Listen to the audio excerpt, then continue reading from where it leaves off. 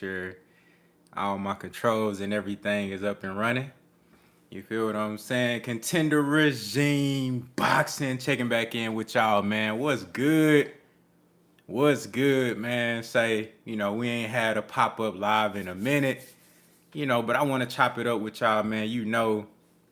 With all of the conversations going on, all of the reported news. I had to come chime in with y'all, man. Tap in with y'all one time just to see how y'all feeling, what y'all thinking about everything. Shout out to the brother Lashad Jones in the building. What's good? Appreciate you for pulling up. You feel what I'm saying? We gonna chop it up real quick, man. I wanna, kind of check y'all temperature, man, and see what's going on. See how y'all feeling about everything. Shout out to the brother Joe Hewitt in the building. Shout out to the OG Mr. Munn in the building, man. What's good? Always good to have you. Shout out to the brother Combat Tool Bag in the building. What's good? KB in the building. What's good? Shout out to my brother G May. He say finally caught alive. Hey, we bringing it back, you know what I'm saying, to the late night lives. You feel what I'm saying? Shout out to my brother G Mays. Shout out to the brother Antonio Holmes in the building. What's good? That guy George in the building. What's good? Montavia Berry in the building. What's good? Make sure y'all hit that like button as you slide through. It's greatly appreciated. We gonna chop it up. Y'all know, man, when it come to this boxing, we have really good conversations over here, man. I really appreciate y'all insight. So I want to know what y'all think. You know what I'm saying? We ain't gonna hold off too long. I know other people gonna come in, but we gonna go ahead and pop the conversation off, you know what I'm saying, off top. I know everybody, appreciate everybody that's pulling up, man. Shout out to the brother Light Skin Business in the building. What's good? Pretty sure y'all done heard all the conversations and the news and reports. Mike Coppinger, he reported that there has been an agreement between Team ERROL Spence and Team Terence Crawford. Now, I kind of want to check the temperature from y'all and see, you see the title. Is it cap or no cap? You know what I'm saying? Is it cap or no cap? Because this ain't the first time that we've heard talks about a date or a potential agreement. You know what I'm saying? I'm optimistic. I told y'all, even though the fight hasn't been made by the first week of September, I'm still optimistic that the fight gonna happen. You seen a video that I did earlier this week about, Errol Spence returning on November 19th. It turns out that this is the date that they're obviously looking to do something, and apparently the Terence Crawford and Errol Spence fight is making some headway. So that's good news. I'm just hoping that it's the real deal. Shout out to the brother, the Soulmates in the building. What's good, man? Always good to have my brother, the Soulmates in the building. What's up, Dalton Voss in the building? What's good? G-May said, boy, y'all about to see a monster. This is going to be the best version of Earl to come. I believe so, dog. Like, I believe this next fight that we have with Errol Spence, and I'm really hoping that it's Terence Crawford. I think we're going to see the very best version of Errol Spence. I think we're going to see something that, everybody, for all of the naysayers and the doubters, people, the critics, and that come with the territory. Any craft that you have, if you're a professional and you in a limelight and you're on a stage where people have an opportunity to either praise you or critique you, you gonna get some criticism. But for all of the people that still, criticize his skill set and say that he's not able to do this, or I haven't seen him present this type of style, I think you're gonna see everything that you've been wanting to see from Errol Spence in this fight. And I'll be honest with you, I've given you guys all of the reasons why I think Earl will win and the ways that he can win. But I think, even though I don't think he has to do all of those things, I think you're going to see a little bit of everything in this fight. I really do. And I think you're going to see a lot from Terence Crawford. We're going to learn a lot about both guys in this fight once it happens. Shout out to my brother Skinny 2 Liddy in the building. What's good? Said, I really believe the fight won't happen this year. Now, damn, the soulmate say he don't think it's going to happen. I'm not mad at you, bro. Like, the way things have been going, because we already, it's September 15th right now. We halfway through September. They talking about November 19th. Bro, that's 2 months away.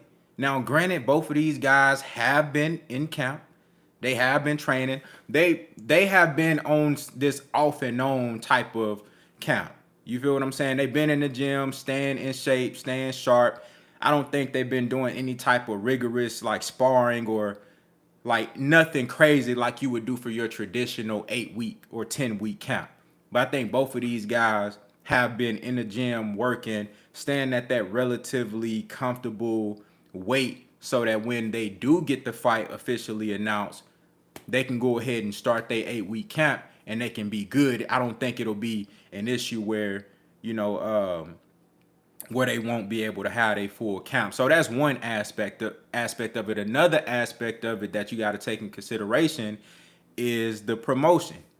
Is this enough time to promote this fight? Now, one would say that, this is the biggest fight in the sport of boxing. This is the most demanded, the most highly demanded fight, the most anticipated fight.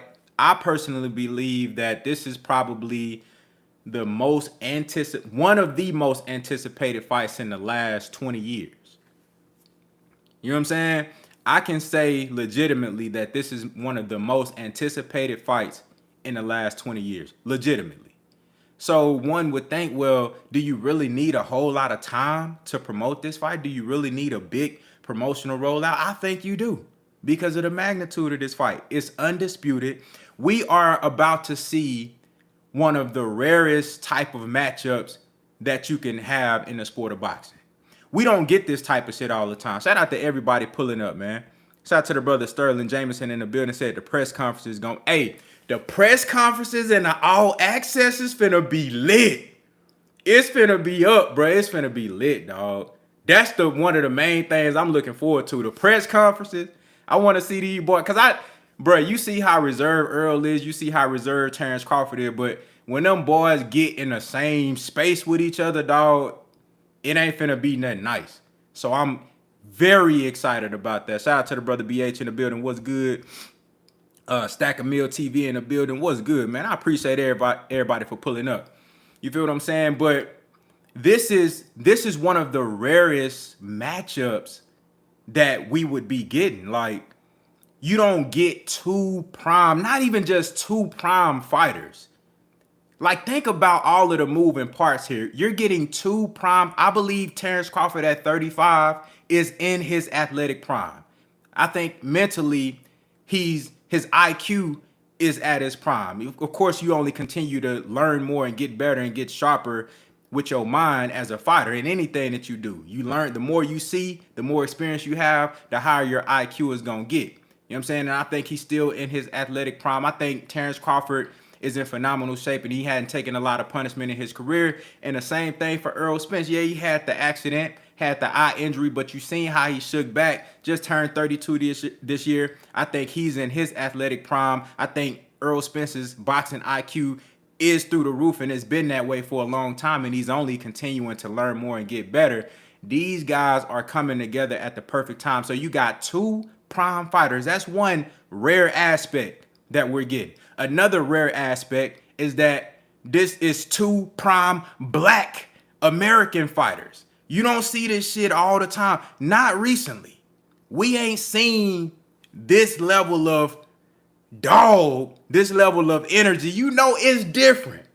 This shit different. Like the energy you about to get from ERROL Spence and Terence Crawford is gonna be different. You seen it backstage when they met up at the Mo Hooker fight. That was a glimpse of it. And I don't even think that's half of what you about to see in the build up to this fight. So that's another aspect, a rare aspect that we don't get all the time. Two top flight elite black American fighters. On top of that, it's for undisputed, all the belts on the line. It's for number one in the division, number one pound for pound in the sport of boxing. Whoever wins this fight is number one pound for pound in the sport of boxing. It's so many rare things in this fight. We don't get this all the time. We don't get this all the time, bro. We don't get this all the time. This is rare shit, man.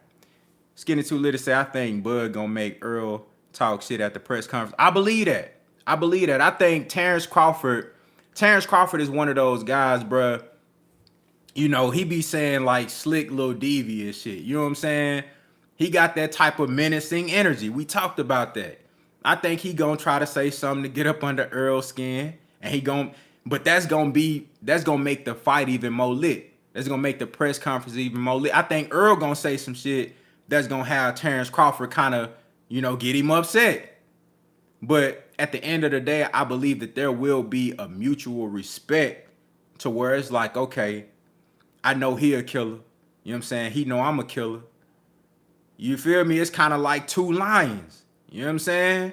Two lions, when they meet out in the wild, it's a certain level of respect. They only gonna go to war if they really gotta go to war, because they know, shit, you can get a major injury behind this. I might not even be able to go hunt after I fight your ass. So if I'm gonna go to war with you, it's gonna be that. You know what I'm saying? I think that's the type of energy you gonna get at these press conferences, at the weigh-in, and when they get in the ring, bro. It's gonna be, I think one of these dudes, you know what I'm saying, they gonna look at this fight like, hey, one of us gotta go. You feel me? One of us gotta go. That's the type of energy I'm expecting. Shout out to the brother Joe Hewitt in the building. What's good? Said by like the 5th round, we're gonna see who got more dog in them. I agree with that. That's a great point out. I think by the 5th and the 6th round is where you gonna really see the separation. That's where you gonna really see the separation. You gonna see the conditioning of each guy. That's where you're going to see the conditioning stand out. That's where you're going to see the mental fortitude stand out. And that's where you're going to see that dog and that heart stand out. Because by that time, you done got a feel for each other.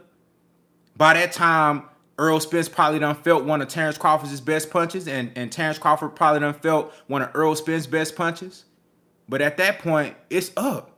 And we know, if you look at Terrence Crawford's style and look at his most recent fights, he's been kind of taking a few rounds to warm up and kind of get to his spot, get to that energy, get to that place where he's comfortable, where he feels like he's filled out his opponent. Now he can go attack. Errol Spence is the type of guy where he starts, he also has that type of style where, okay, he gonna come right at you and start out tactical but aggressive. He gonna put pressure on you. Go back to the Ugas fight. He didn't come out in that fight just, applying amazing, like, relentless pressure. He was coming forward, but he kind of kept it at mid-range in the middle of the ring.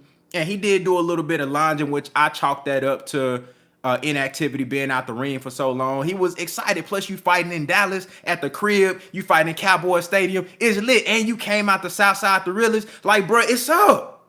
So he went out there trying to prove a point. So, yeah, you going to have a little, but you ain't finna see that in this fight. I think Errol Spence gonna come out there and be patient. You feel me? But he gonna apply that pressure from round 1. But you gonna see the level of that pressure increase as the fight goes on. Shout out to the OG Mr. Munt in the super chat coming through and showing love. He said, I know I ain't got the same kind of bread as James Toney. Said, but I would be willing to scrape up what I can to bet EJ go past 6. What you think? Big facts. James Toney did say some slick ass shit like that, like Earl ain't gonna make it past 6. Hey man, look, I ain't got nowhere near James Toney bread either, my bro. But look, whatever he trying to bet, as long as it's within my realm of possibility, I'm betting Errol Spence definitely making it past 6. You know what I'm saying? But again, I told y'all, Terrence Crawford, he have to knock out Errol Spence. He gotta knock him out. He got to knock him out. And if it does go past 6, 7, now keep in mind, I believe Terrence Crawford is dangerous throughout the entire fight. But is he going to still be the same Terrence Crawford after going through 7, 8, 9 rounds of what Errol Spence is bringing to him? You feel what I'm saying? Is he going to be able to hold? Is he going to still have that power in the 9th and the 10th round? Is he going to still have the ability to absorb punishment in the 9th and the 10th round after going through what he went through with Errol Spence? It's different. When you in there with these other guys, bro, they not really bringing that heat to you like that. With Errol Spence, bro, it's different. You don't have that same type of energy at the end of fights. You feel me?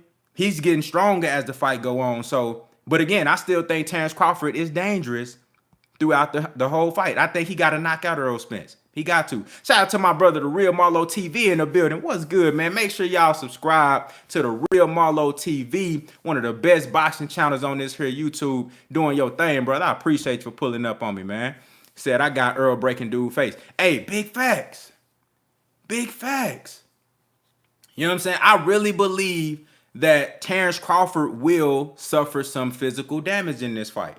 I'm not wishing no type of like pain on him. I don't want him to have no injury or nothing where he can't continue to fight, anything like that. I'm just saying, based off of Errol Spence's track record and with the type of style that Terence Crawford brings and the type of mindset, Terence Crawford got that dog in him. He gonna fight.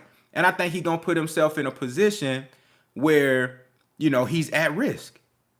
I think he'll leave himself open at times where he's at risk. And even when he shouldn't fight, even when Terence Crawford should play defense and try to preserve himself. You remember, go back to the Ugas fight. Remember I made that video, I said there was times, I went back and watched the Ugas fight multiple times. There was times in that fight where Ugas literally was trying to find a safe spot in the ring to kind of recoup. He would try to find a safe haven in the ring to recoup, but every time he looked up, it's like Errol Spence, it was 5 Errol Spences in the ring. He was everywhere.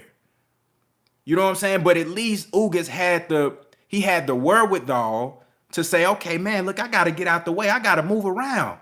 You see when Earl, like, you can tell when those punches was bothering Ugas. He'll hit him with one of those short left uppercuts on the inside, and Ugas will get up out that motherfucker like, ooh, goddamn shit. Let me move around. You know what I'm saying? And then every time he try to move around, Earl on his ass, walking him down, cutting the ring off. But see, Terence Crawford, I don't really see Terence Crawford come. I think Terence Crawford, his mentality, I think he's actually gonna try to run to the smoke. Even when he should try to get up out that motherfucker and find a safe haven to recuperate. I think he gonna try to run to the smoke.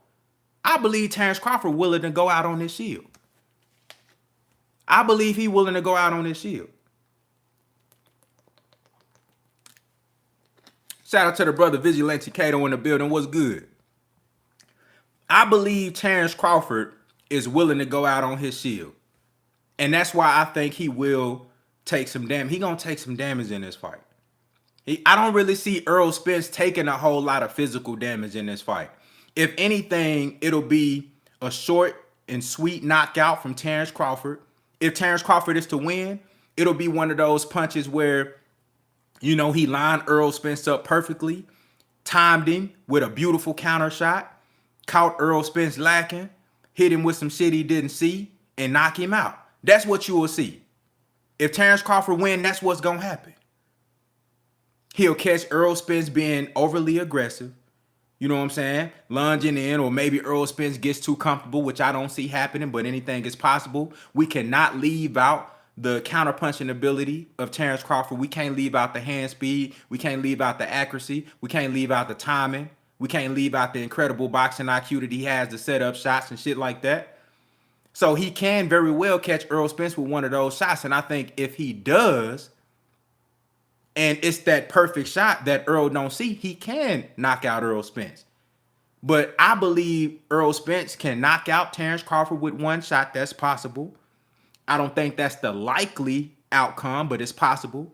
But I also see Errol Spence brutally beating Terence Crawford down for as long as the fight lasts. And when you get in there and you have that type of fight versus a fighter like Errol Spence, you really never the same after that, bro. That shit does damage to you. Breaks your bones. You feel me? Shout out to the brother, the Real Marlo TV. He telling y'all, bro, Terence Crawford trying to protect his eyes. You feel me? So you risking your orbital bones when you walk in the ring with Errol Spence. You risking breaking your ribs. You risking internal bleeding. You feel me?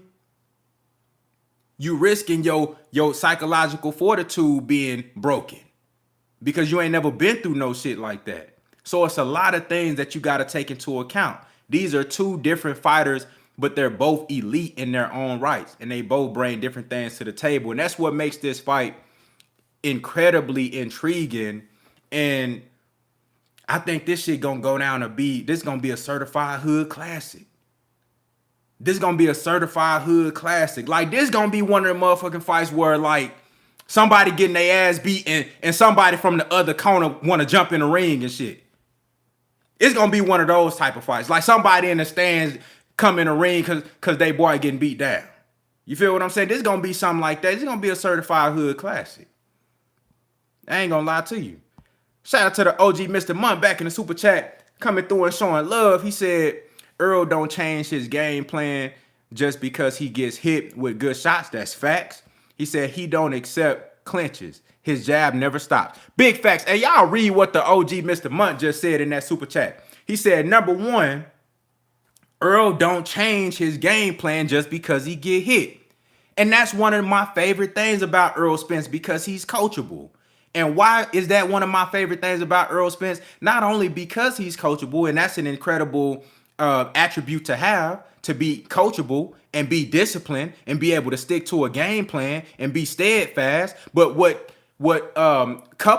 pairs with that so well is that you got, in my opinion, the best coach in boxing in Derrick James. So if Derrick James spends all this time formulating a game plan specifically for you to be successful, and you got a fighter like Errol Spence who is more than capable of carrying out that game plan, and you know he gonna be able to stick to it, you know that everything that y'all worked on in the gym, he can do, and he gonna stick to that motherfucker. You gotta be extremely confident as a coach when you got somebody like Errol Spence.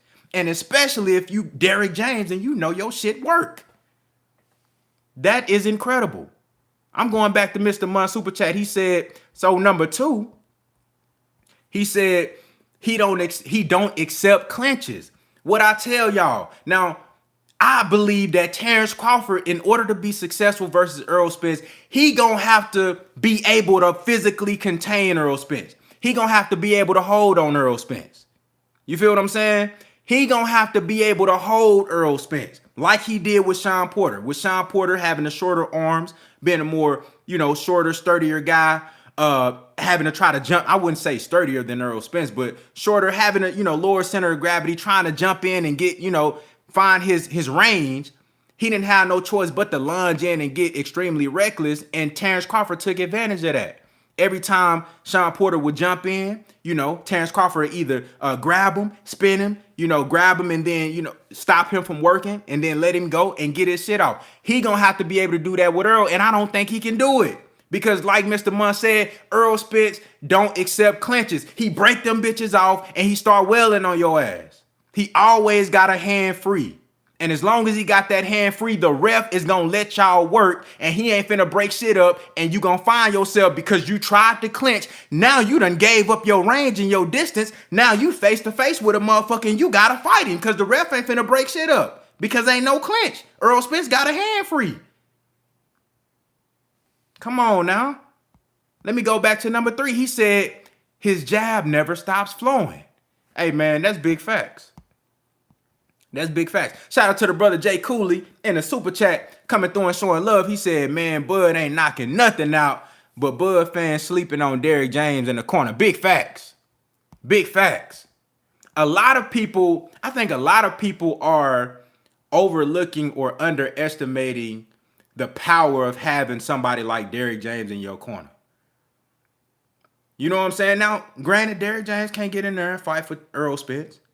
And Bo Mack can't get in there and fight for Terence Crawford. At the end of the day, these guys got to go in there and handle business. Mano y mano, me versus you. You feel me? But Derrick James and Errol Spence's ability to come up with a game plan and actually enforce that shit and execute it is paramount. It's paramount. Because a lot of times I see Terence Crawford like to go rogue a lot of times. You know what I'm saying? Terence Crawford like to go rogue, and I've seen Terence Crawford throw away what seems to be a game plan. You'll see him go out there and have a pace. You'll see him have a pace in a certain fight. You've seen it with Jeff Horn. You've seen it with Mean Machine. He'll have a pace and he'll try. You've seen it with Kell Brook. I think that's what you was about to see with Kell Brook, but he ended up, he was about to turn that shit up on Kell, but he ended up catching him with some nasty shit that Kell just didn't see. when he made that adjustment and switched to southpaw. You know what I'm saying? But I've seen that in Terence Crawford fights where he'll have a pace and then some shit gets shaky for him. He get caught with a shot. He get caught with something he didn't like, or the motherfucker might have said something to him. You feel what I'm saying? You can see him in the ring talking shit, motherfucker, and Bud will give you a look too. And that'll change up Terence Crawford's whole shit. I told y'all he's an emotional fighter, and that's not always a bad thing. When I say emotional fighter, I'm not saying like he's soft. I'm saying that he fights. That's where he get a lot of that doubt, that energy from. He'll turn up the level of intensity. So that's why I say his adjustments a lot of times don't really be like tactical adjustments. I've seen him make those too, but a lot of his adjustments be just simply turning up the intensity and saying, fuck this, I'm finna beat your ass. Fuck all that technical boxing, I'm finna beat your ass. Now he doing it with technique, and he doing it with skill, and he doing it with natural ability and that energy that a lot of these guys can't match. You know what I'm saying? So a lot of times I see Terence Crawford go rogue in the ring, and I don't know if that would fare well versus a guy like Errol Spence, who is very disciplined, who can stick to a game plan, and then on top of that, he has the ability to match that energy that Terence Crawford bring in the ring. If Terence Crawford say, hey man, I'm finna turn it up, like Earl hit him with something he don't like, and Terence Crawford come out there the next round, guns a blazing, pulling out his entire arsenal, Errol Spence gonna match that energy. He not finna fold like no bitch. He not finna fold and just let you do whatever you want to him. He gonna match that energy. He gonna match that energy. Like the brother DB Mother on the track, he said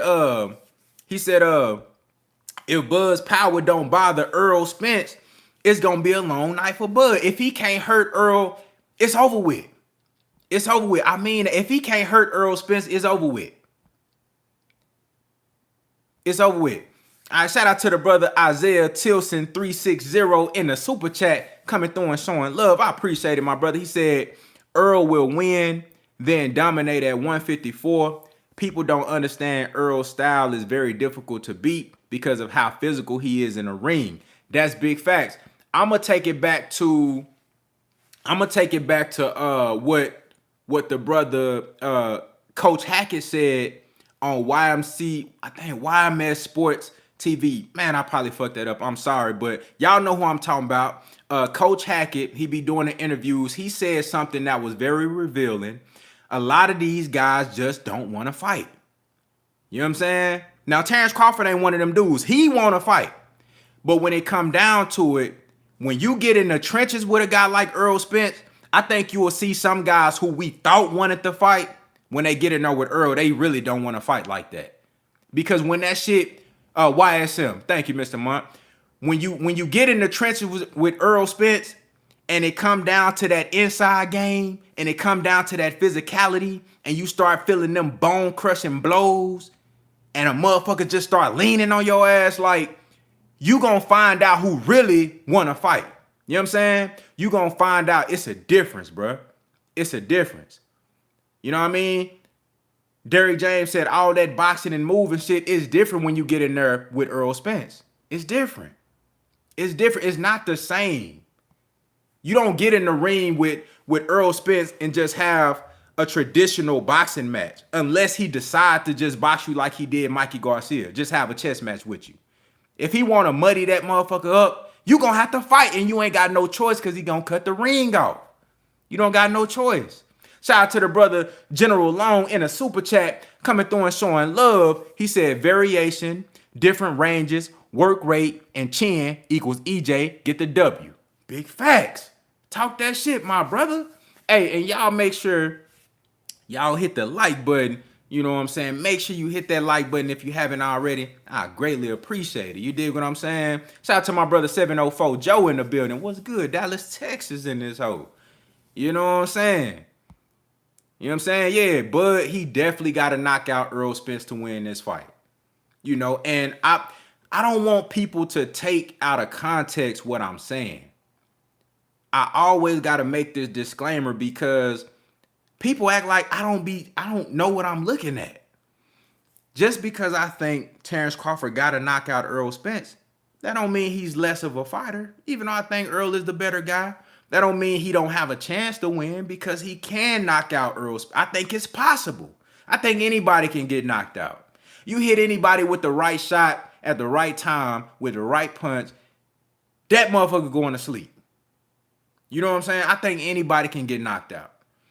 But if you telling me that if I had to bet money that Errol Spence was going to get stopped, a guy that never even been down before, we never seen him like visibly just out on his feet, hurt bad, fucked up. You know what I'm saying? If you telling me that, all right, for this dude to lose, he going to have to get knocked out, I'm not taking that bet. I got to go with Errol Spence because I think Errol Spence can win on the cards. That work rate going to be a fool. I think he can win on the cards. I think he can win by KO, and I think he can win by TKO. Corner stoppage, ref stoppage, the doctor stopping it. Errol Spence got stoppages in every category. Errol Spence got one punch knockouts. He knocked out Ocampo in the first round with one shot to the body. The same Ocampo that's about to fight Sebastian Fundora. You know what I'm saying? He knocked out Leonard Bundu with one shot on the ropes, had him sleep right after the Olympics. You know what I'm saying? Had that boy asleep. You feel me? In front of 8.5 million. You dig what I'm saying? You seen what he did to Chris Algieri? That was a one-shotter on the ropes.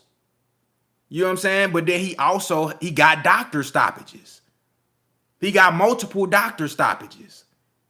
You feel what I'm saying? He got corner stoppages.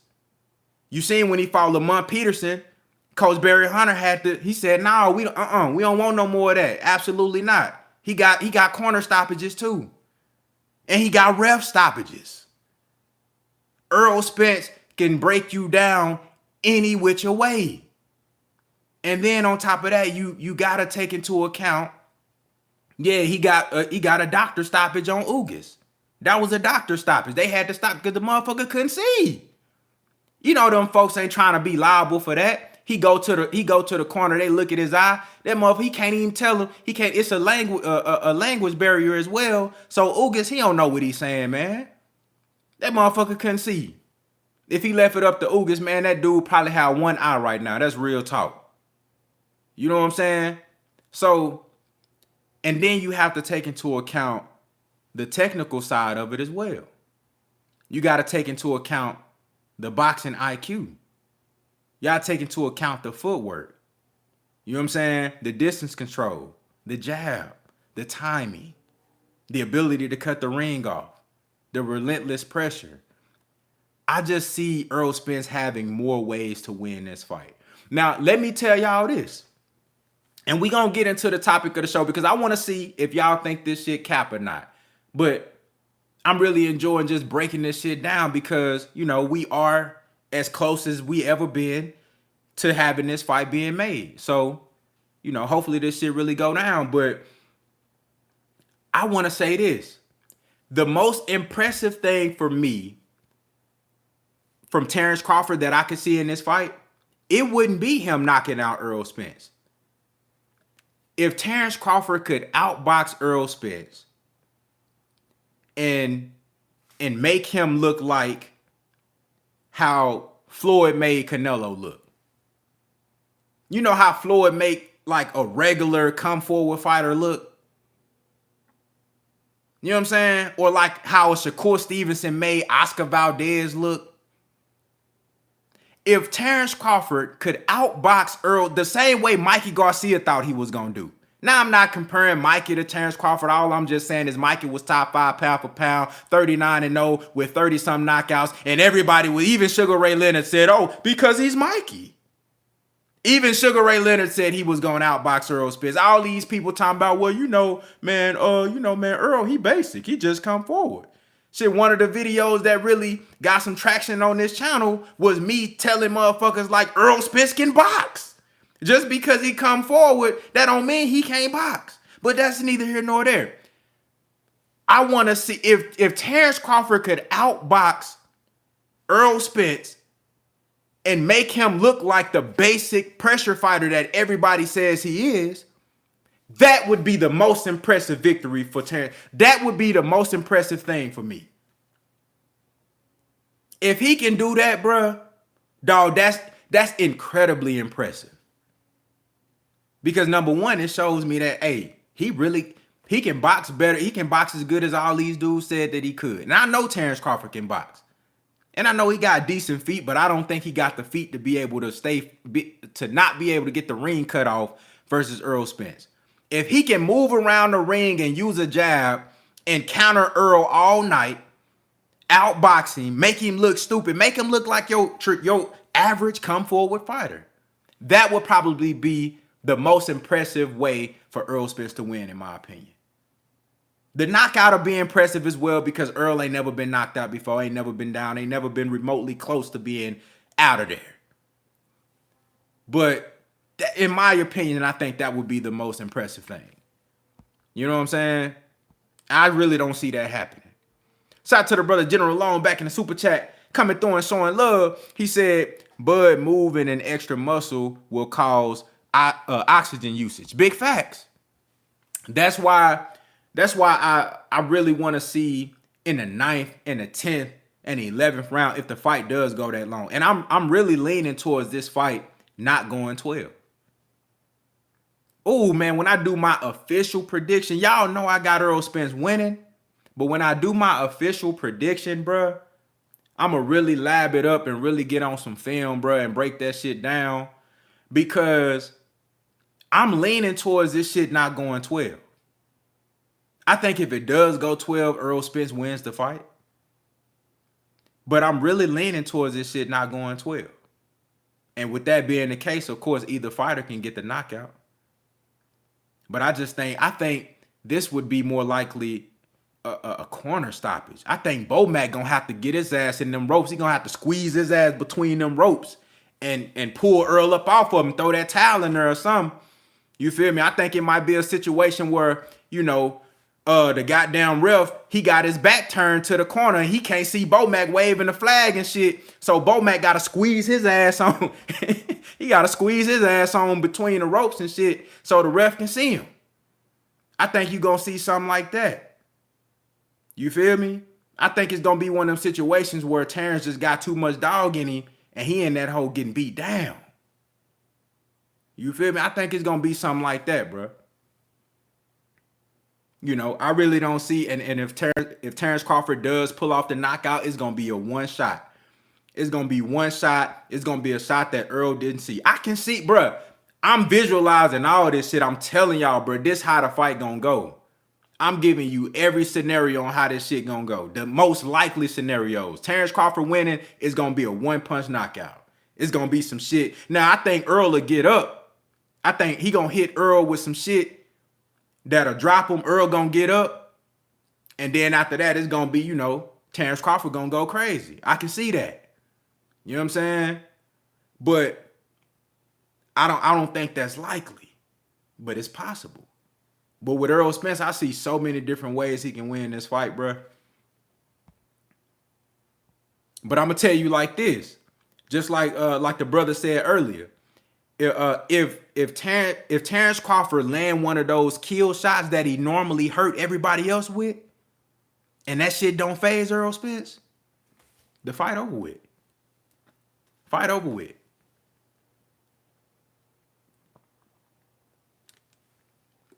The fight over with. It's over. In the first 3 to 4 rounds, if he lands some shit on Errol Spence that dropped the Mean Machine, or that dropped an Amir Khan, or that dropped a goddamn Sean Porter. You feel what I'm saying? If he lands something like that on Errol Spence, and Earl keep walking forward on him, it's over. It's over. It's over. Because at that point, I don't think the level of respect Errol Spence would have for his power would be high enough for Terrence Crawford to survive the 12 rounds.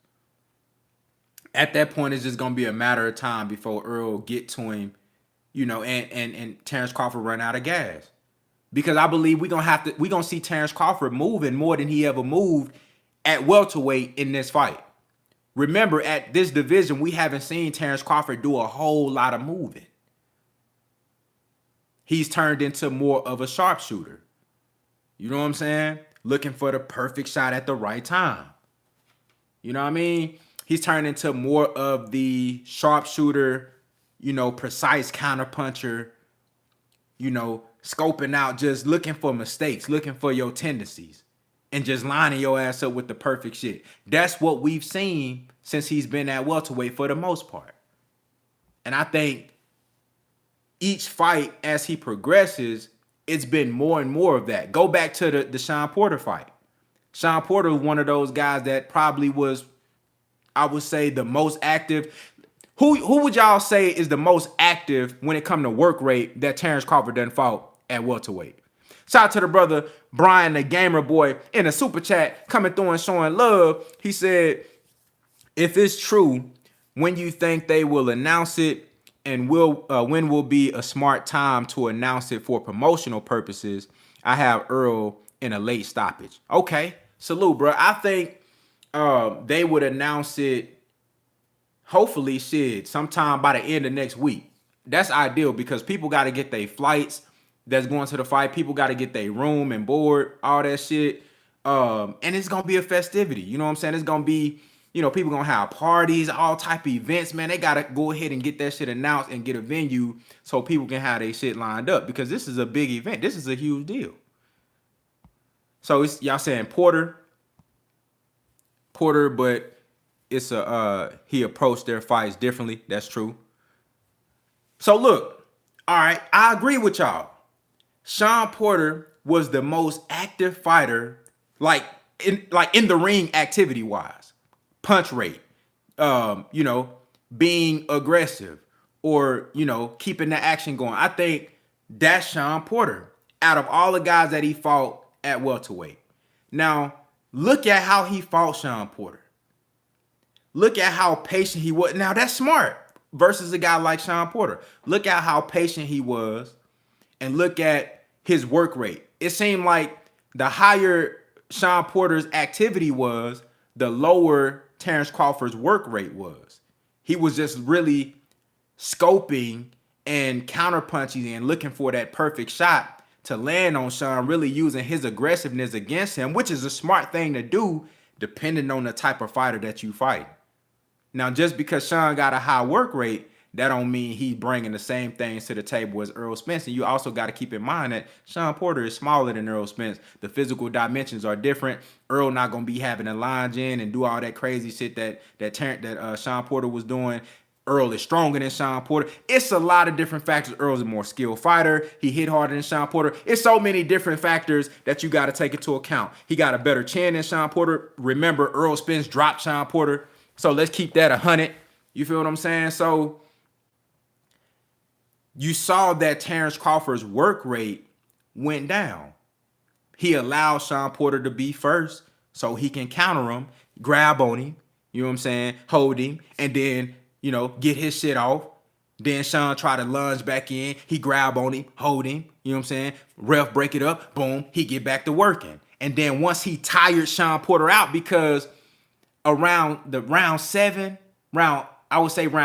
round 7 is where you started to see the tide turn. Because I had Sean Porter, I'll be honest with you, after round 6, like at round 6, round 7, I had Sean Porter edging it. I thought Sean Porter was doing the better work.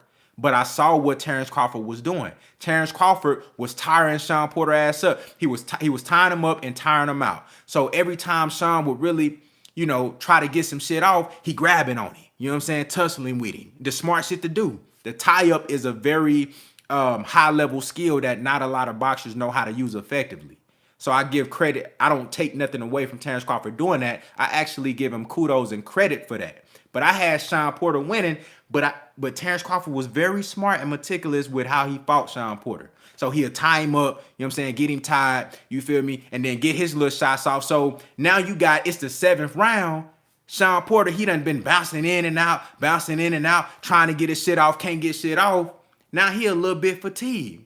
Now he don't want to be as aggressive as he was in the first 1 to 3 rounds. Because number one, he getting tied up every time. And then number two, Terrence Crawford sneaking in them little counter shots. You know, he kept stepping back, lining up that lead left uppercut.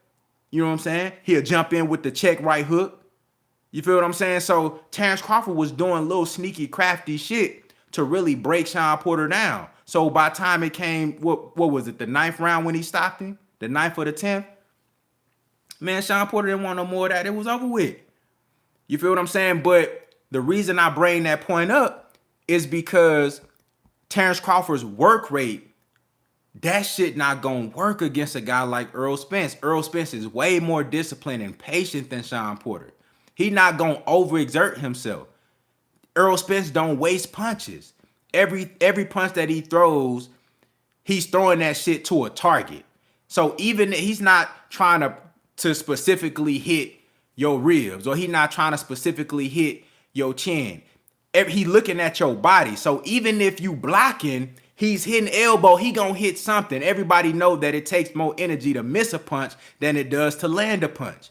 If you throw a big shot and you miss, that draws more energy than it does if you throw a big shot and you hit elbow, or you hit shoulder, or you hit somebody's neck. Errol Spence has mastered the art of being able to hit a target. Even if he not hitting the specified area like a liver shot. If you end up blocking that motherfucker, he gonna hit your arm and it's gonna hurt. If you got your guard up here, he gonna hit your motherfucking wrist and it's gonna hurt. If you try to bend down one way to avoid a headshot and he end up hitting your neck, that shit gonna hurt. Errol Spence don't waste no punches. So Terrence Crawford I think he gonna have to be way more active, because when Errol Spence is coming in being patient, using the jab and making every punch count, all that little tie up, and you're not gonna be able to tie him up. All that shit ain't gonna work. He gonna have to be moving, and he gonna have to be a lot more active. Shout out to the OG Monk back in the super chat, coming through and showing love once again. He said, even though Bud's arm reach is longer than EJ's, said he's used to having a 4 to 5. This is a big point that I've been trying to make this whole time. Ever since we've been doing these breakdowns, this is a big point that Mr. Monk talking about right now. He said, even though Bud's arm reach is longer than EJ's, he's used to having a 4 to 5 inch reach advantage over everyone. That's a huge advantage. Not gonna be there with EJ. That is a big fact. That is a big fact. So think about it like this. A lot of people really point out, when I ask people about the advantages that one fighter might have over the other, one of the major things, one of the most common things that come up is Terrence Crawford's reach advantage. But here's the thing. His is listed at 74, which I looked at his arms. The shit looked legitimate. You know what I'm saying? I would say 73, 74. The shit looked legitimate. And Errol Spence is listed at a 72, which is pretty, that's solid. That's Floyd Mayweather reach. And Floyd had a longer reach than normal for his size. So that's a really good reach.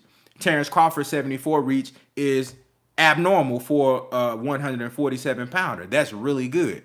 However, it's not the same as 74 reach versus 67. It ain't the same as 74 versus 69. It ain't the same as 74 versus 70. That little 1.5, 2 inch reach difference, that ain't gonna be a whole lot when you get in there in front of Errol Spence. That ain't gonna be the same. He not gonna be able to rely on that.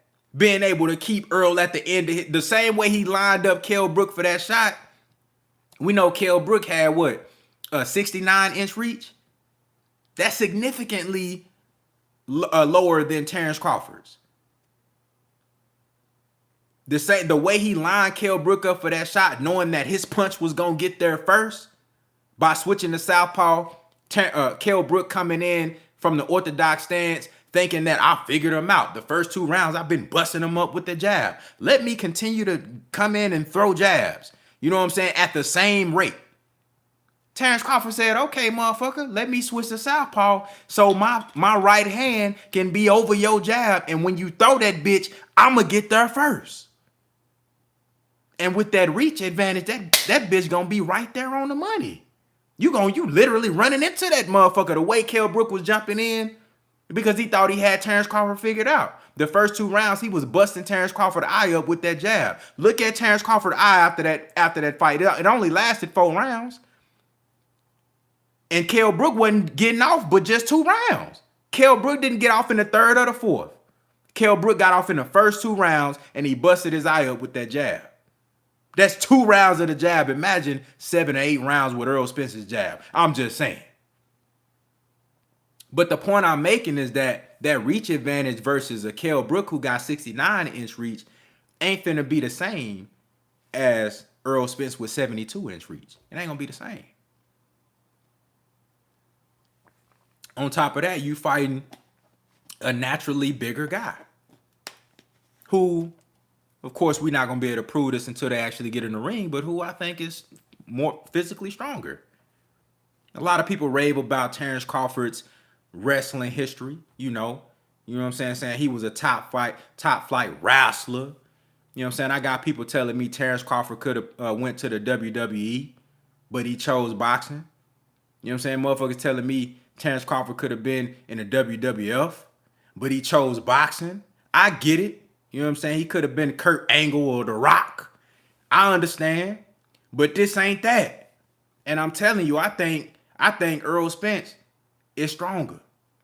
I just believe that Errol Spence is stronger, but we not going to really see until they get in the ring. And it's going to be a telltale sign is going to be when you see Terrence Crawford try to clinch on Errol, because trust and believe, that's something that they're working on. That's a natural tactic that Terrence Crawford has mastered that he believes he going to be able to use on Errol.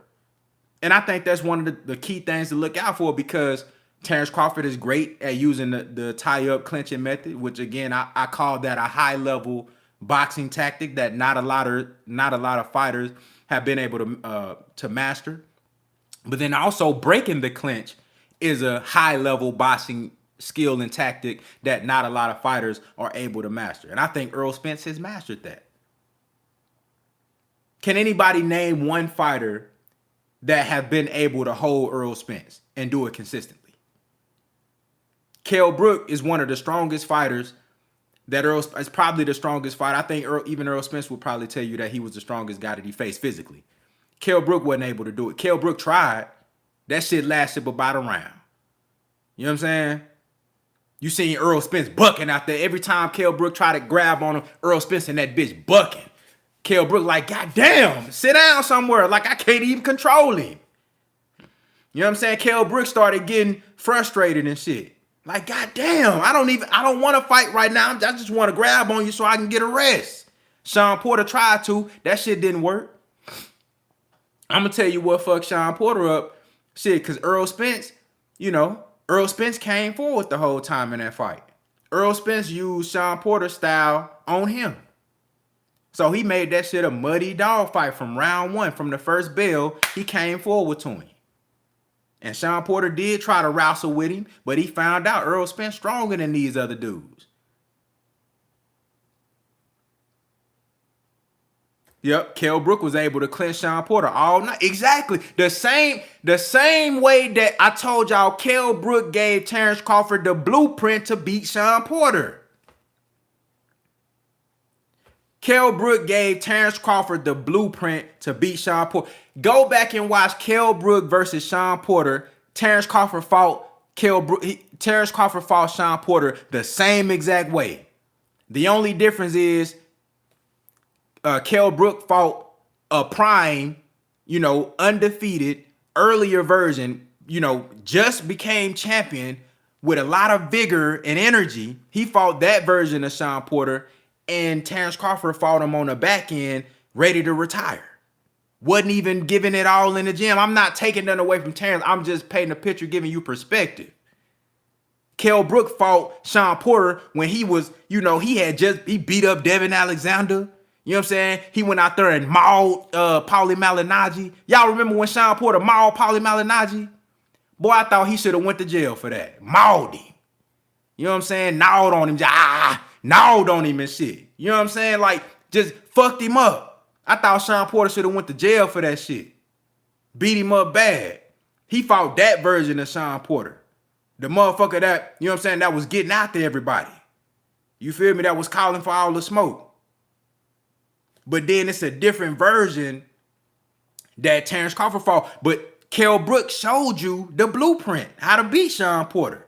If you strong enough to grab on him and clinch him, and then once the ref break it up, then you can hit him with that 1-2, that pop, pop. You know what I'm saying? Pop, pop. You start doing what you want to do with him. Because you seen Sean Porter start getting frustrated towards the middle of the end of that Kell Brook fight. At that point, I knew Kell Brook got him. That's the same exact thing Terence Crawford did. The only difference is that Terence Crawford fought an older, lesser version of Sean Porter, in my opinion. And he stopped him. And then on top of that, you know, they friends and shit. You know what I'm saying? So, but he gave him the blueprint. You're not going to be able to do that shit on Errol Spence. I haven't seen no fighter clinch Errol Spence successfully. Nobody. And think about it like this. If Errol Spence is this come forward fighter that everybody says he is, if he only just fight one way, Errol Spence is this come forward guy who, you know, applies pressure. Why haven't anybody been able to use the clinch and tie up tactic versus Errol Spence? That's a prime skill that you want to have when you're facing a guy like an Errol Spence. That's what you want. You want to have that in your arsenal. Because you know this motherfucker gonna cut the ring off. You know he gonna close the distance. You know he gonna get to you. Well, goddamn, when he get to you and you in that moment where you don't want to throw no punches, what you gonna do? When you done already let your shit off and you need to catch a breather, well, what you gonna do when he get close to you? You gotta be able to hold him.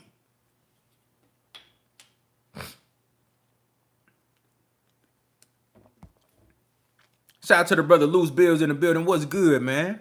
Shout out to the brother Marcus Davis in the building. My brother Eclectic Agitator in the building. What's good, man? Appreciate you for pulling up, man.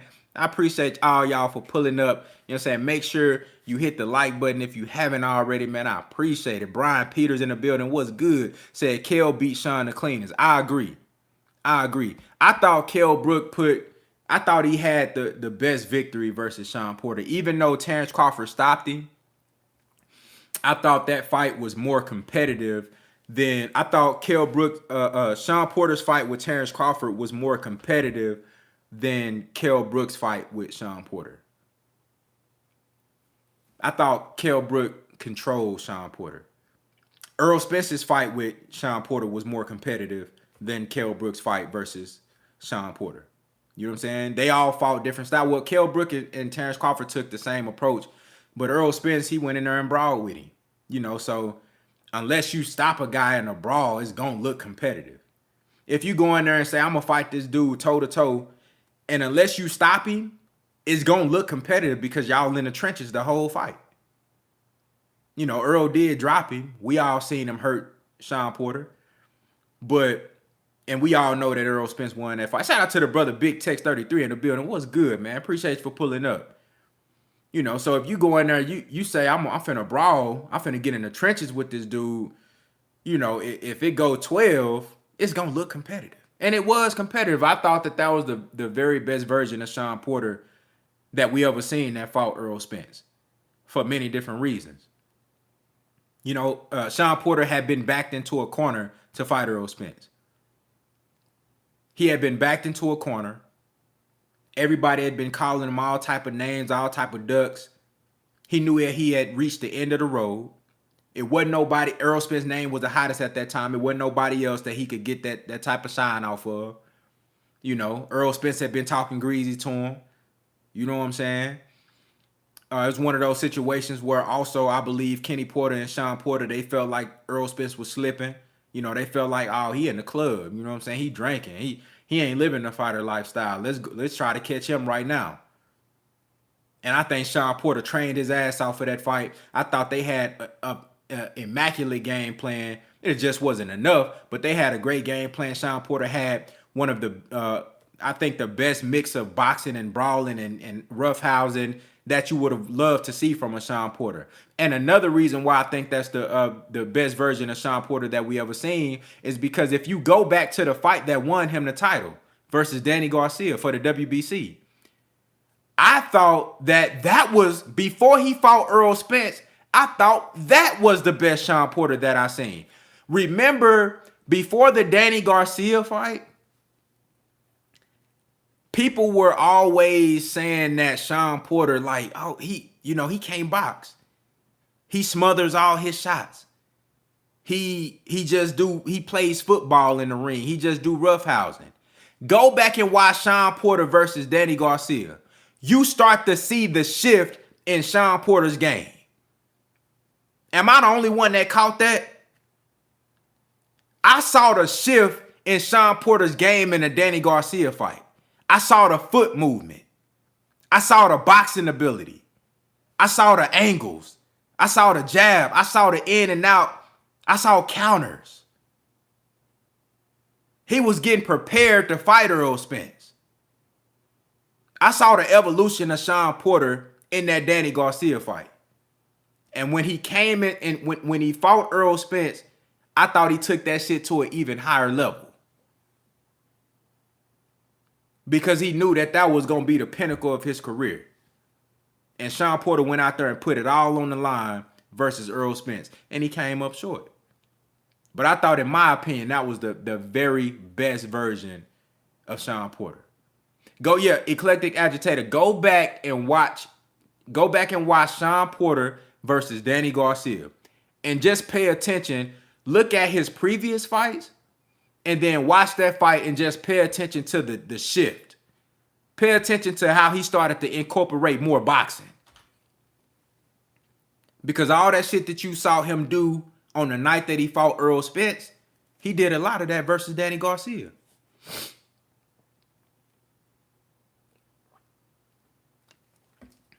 You know what I'm saying? He did a lot of that versus Danny Garcia. And I thought he was sharpening up and gearing up for that Errol Spence fight. And he brought that shit. It was a good fight. You know what I'm saying? But again, it was different stylistic approaches. Errol Spence approached that fight differently than a Kell Brook or a Terence Crawford. That ain't really Errol Spence shit to, grab and hold and, and break the clinch and then get off a quick combination and then grab it. That ain't really what Errol Spence do. Even when he fought Mikey Garcia, he really just used his distance control to control a smaller guy who was trying to get aggressive in the first couple of rounds. After the second round with Mikey Garcia, Mikey didn't really want to do nothing with Earl. He was just in there trying to survive after the second round. He realized, like, man, this dude he's bigger than I thought he was. He's harder than I thought he was. He's stronger than I thought he was. And he can box way better than I thought he was. Let me just do enough not to get my ass knocked out. That's what Mikey did in that fight. But you saw the boxing ability versus Mikey in that fight. But he didn't do a whole lot of, like, clinching. Earl just kept him at the end of the jab. Every now and then he'll bring an overhand left. He'll bring a straight left down the middle. He'll go to the body.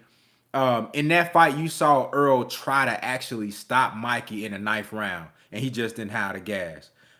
Errol Spence wasn't in the best condition at that time. This ain't no excuse. I'm just giving y'all real shit. Go back and watch Earl at that weigh-in for Mikey Garcia. He didn't look good. He didn't look good at all.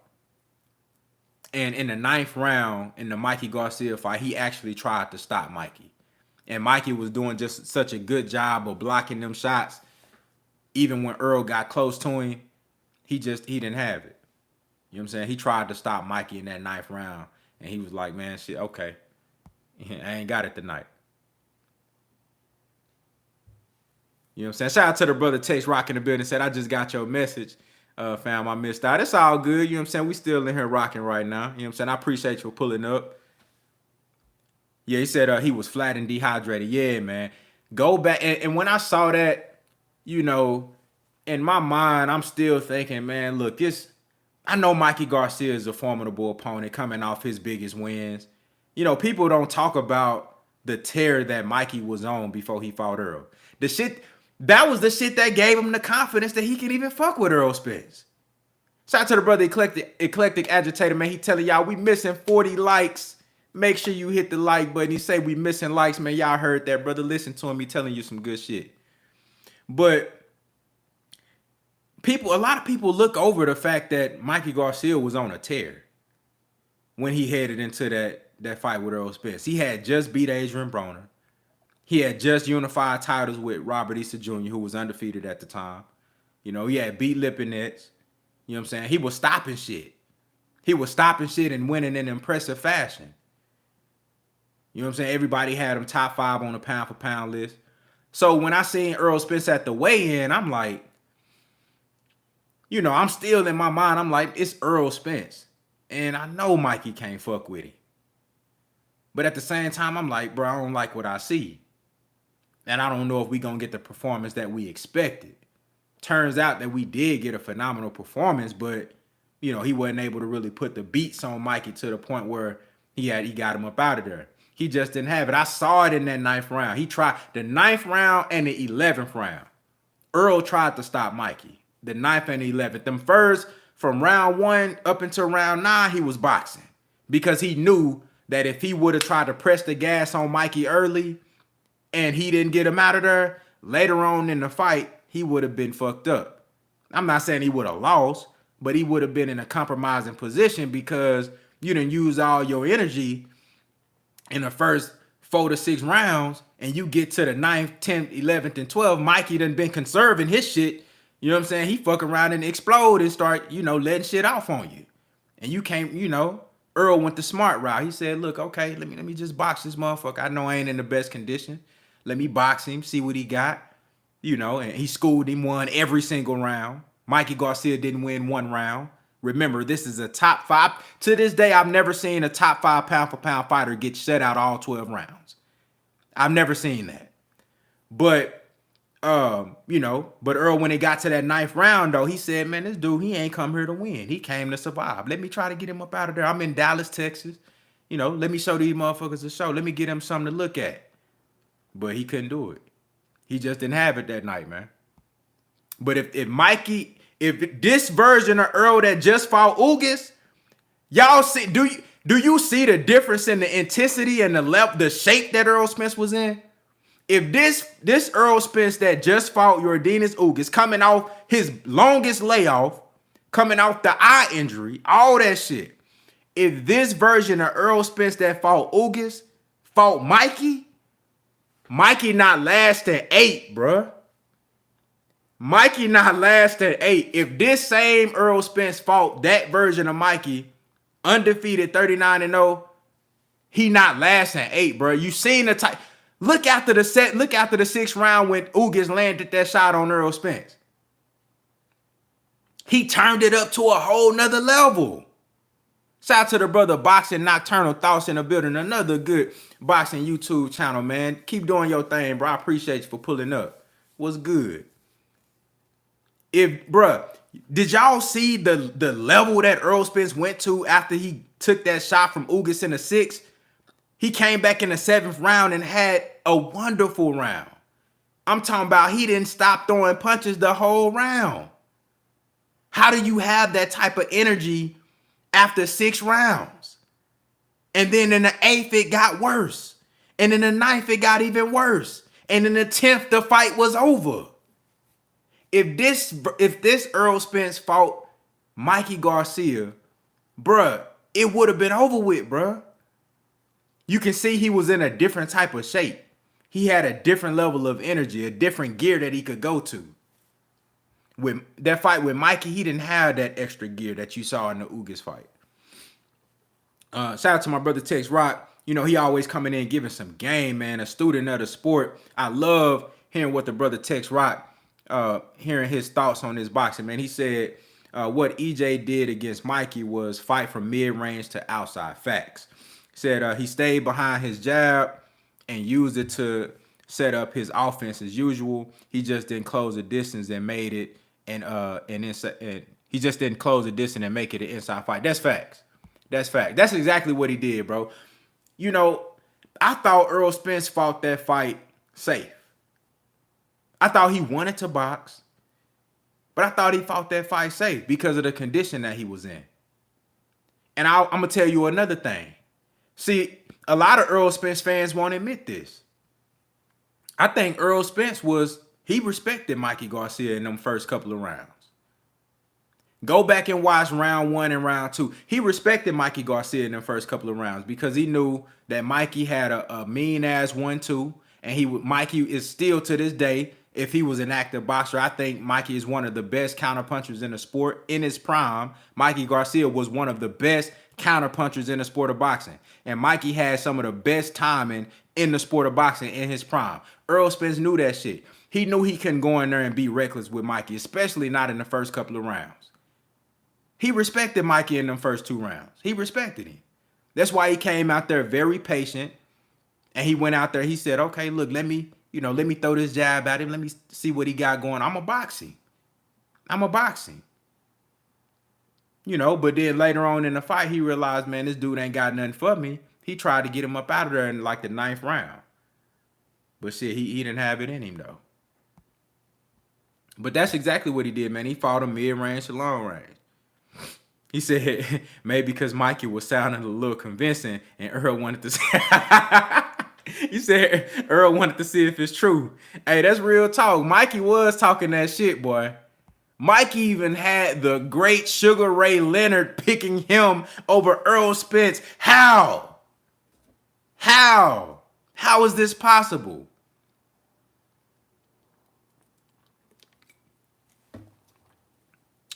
Mikey was talking some good shit, wasn't he?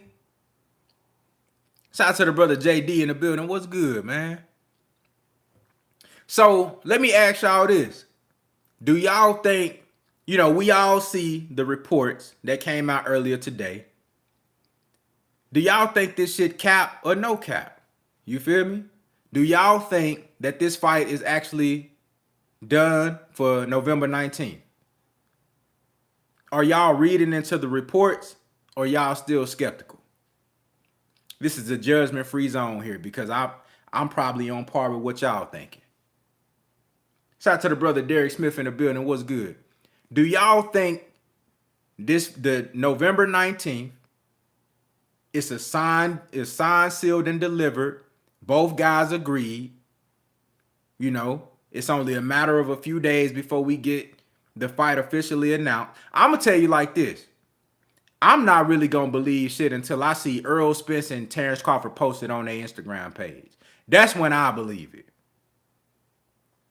That's when I'm all in. You know what I'm saying? That's when I'll come on here. You see on the title, y'all know I'm not going to give y'all no bullshit. Just like I said on the video a few days ago, I said Errol Spence rumored to return November 19th. I said that. Rumored.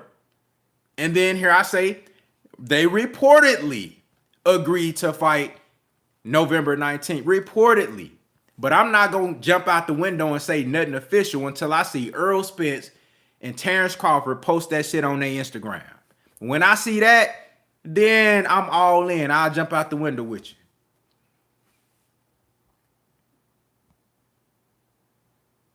Even say the cap is real. Said no cap is real. Okay.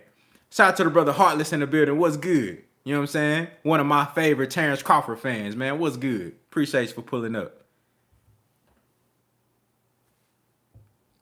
Shout out to the brother Tiger X Boxing Channel in the building. What's good? Said if it was cap, somebody from one of the camps would have came out and said that by now.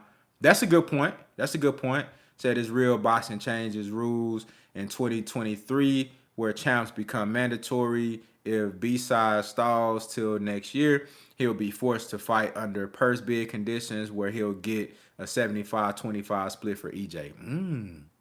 That's interesting. I got to look into that. Said, what about this 35 split? I don't know the particulars. I don't know if these numbers that's being thrown around 65-35 for EJ's weight is actual fact. It doesn't sound unrealistic. I think it's actually, it sounds like a real thing. I can see that. If you look at what Errol Spence bringing to the table as far as fanfare, as far as ticket sales, pay-per-view, all the different stuff. I think 65-35 would make sense. But again, I don't know if any of those numbers are real, to be honest with you. You know what I'm saying? But whatever the numbers are, I'm just glad and hoping that Terrence Crawford agrees and Errol Spence agrees. And hopefully we can get these networks to get on pace, make sure these fighters get paid, and then get us a venue and a date. Well, we got November 19th, so that's right after my birthday. It's lit. It's up. You feel what I'm saying? So we finna see what's going down. Said, okay. I'm seeing a lot of optimism. That's good, man. I'm optimistic as well. This is the fight that I want to see, bro. This fight holds priority over any other fantasy matchup or fight that I want to see. And I got a lot of them.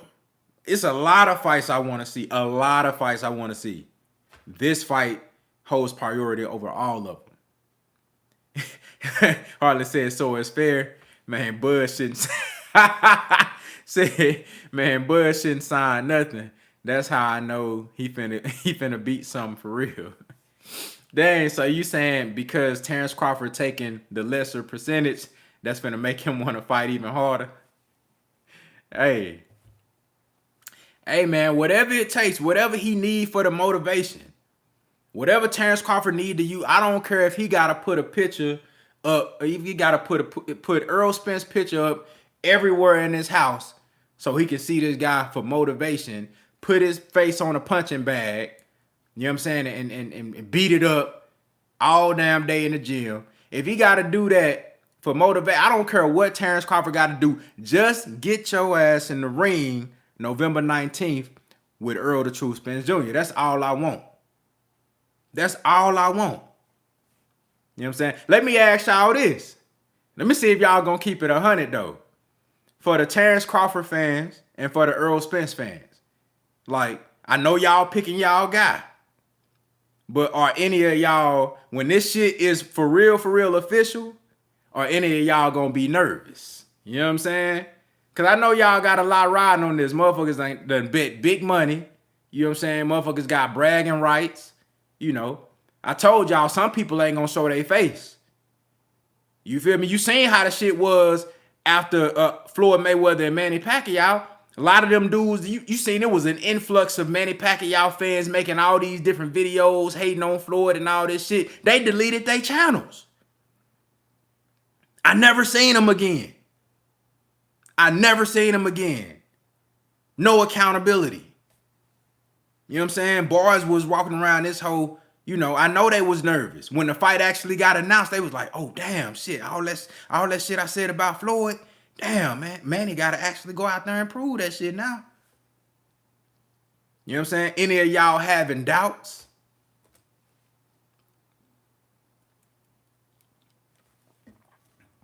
Hey, Heartless. Hey, Heartless, bro. Hey, you nervous, bro? You nervous for your boy Bud, bro? Said Bud almost been out a year, though. He have. Do y'all think that that'll play a factor? Terrence Crawford having a layoff? I think he gonna be all right. He a veteran in the game. He be he be in the gym. He on point. You know what I'm saying? I think Terrence Crawford gonna be straight. Could it play a factor? It could. I'm just happy Errol Spence got him one in. Fought in April. This is the perfect time to have your second fight. Fall, November, perfect timing.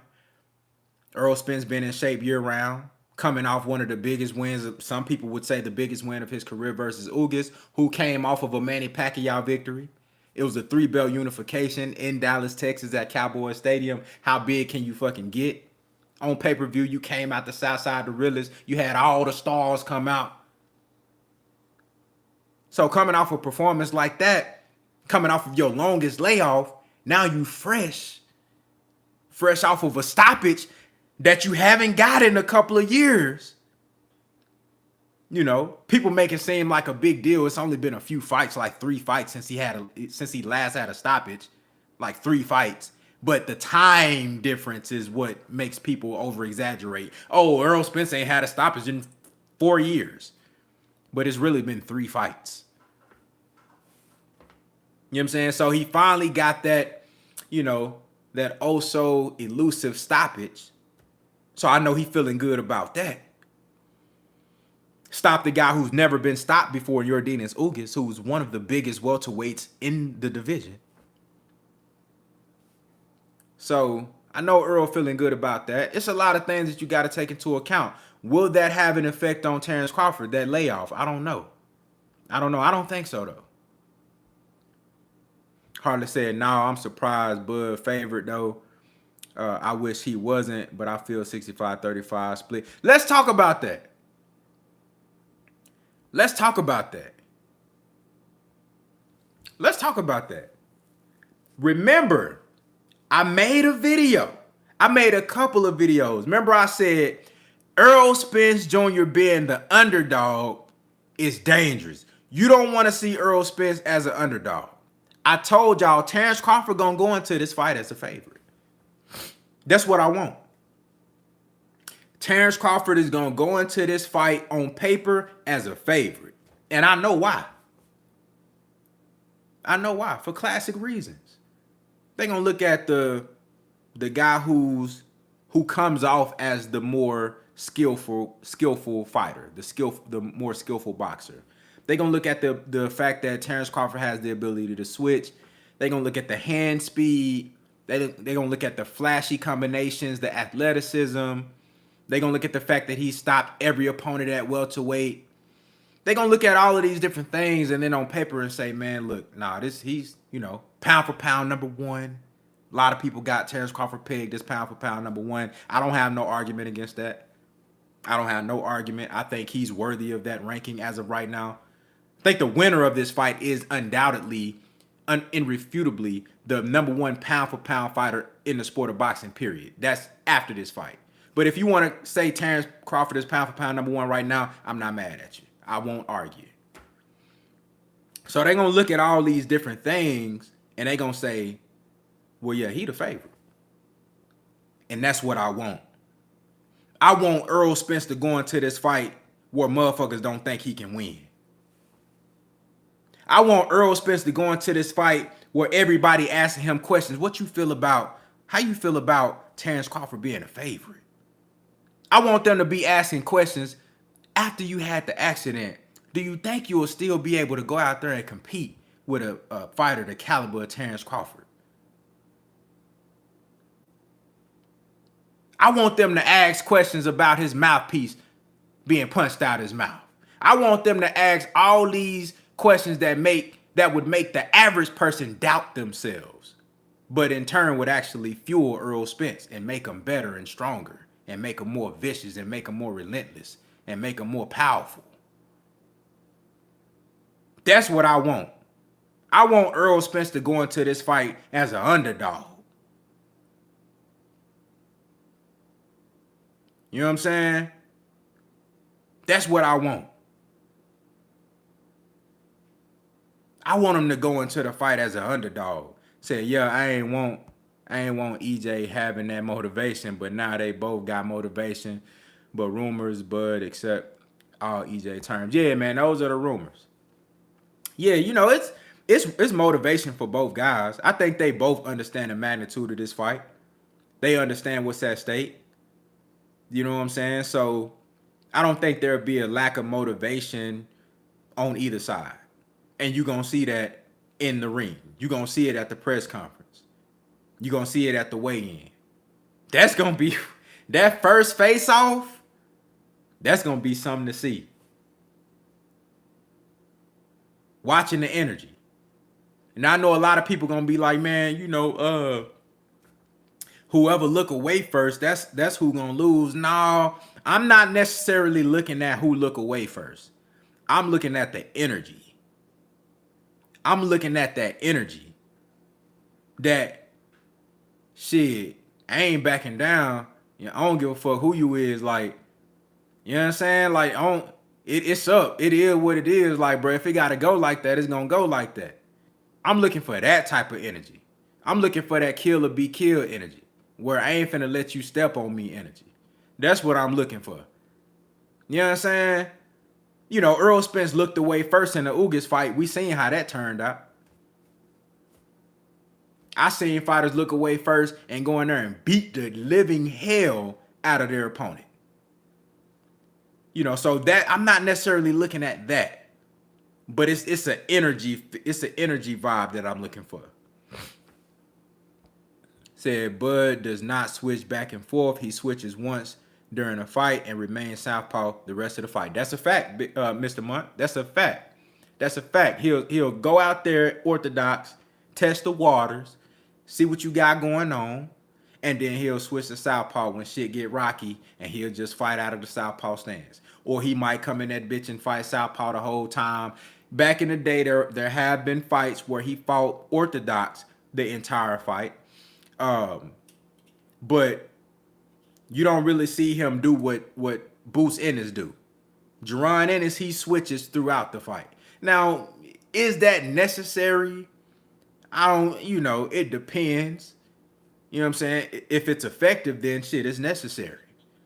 But with Jerron Ennis, the reason I think that could be more of an issue with his ability to be more fluid as a switch hitter is because, goddamn, you never know what you're going to see. You never know what look you facing. Motherfucker was in the orthodox stance, just hit your ass with a mean ass left hook to the body, and then you covering up. Next thing you look up, he in southpaw. He throwing a right hook to your temple. And you like, goddamn. So that's nasty. That's dangerous, what Boots Ennis be doing. But Terence Crawford, I don't know how effective the switching, once in the fight and then staying that way throughout the duration of the fight. I don't know how effective that is. I think there are small things that would affect, as far as like said, I don't even know if Boots realizes. Yeah, I don't think he does. He even said that. He said he don't even be knowing that he's switching.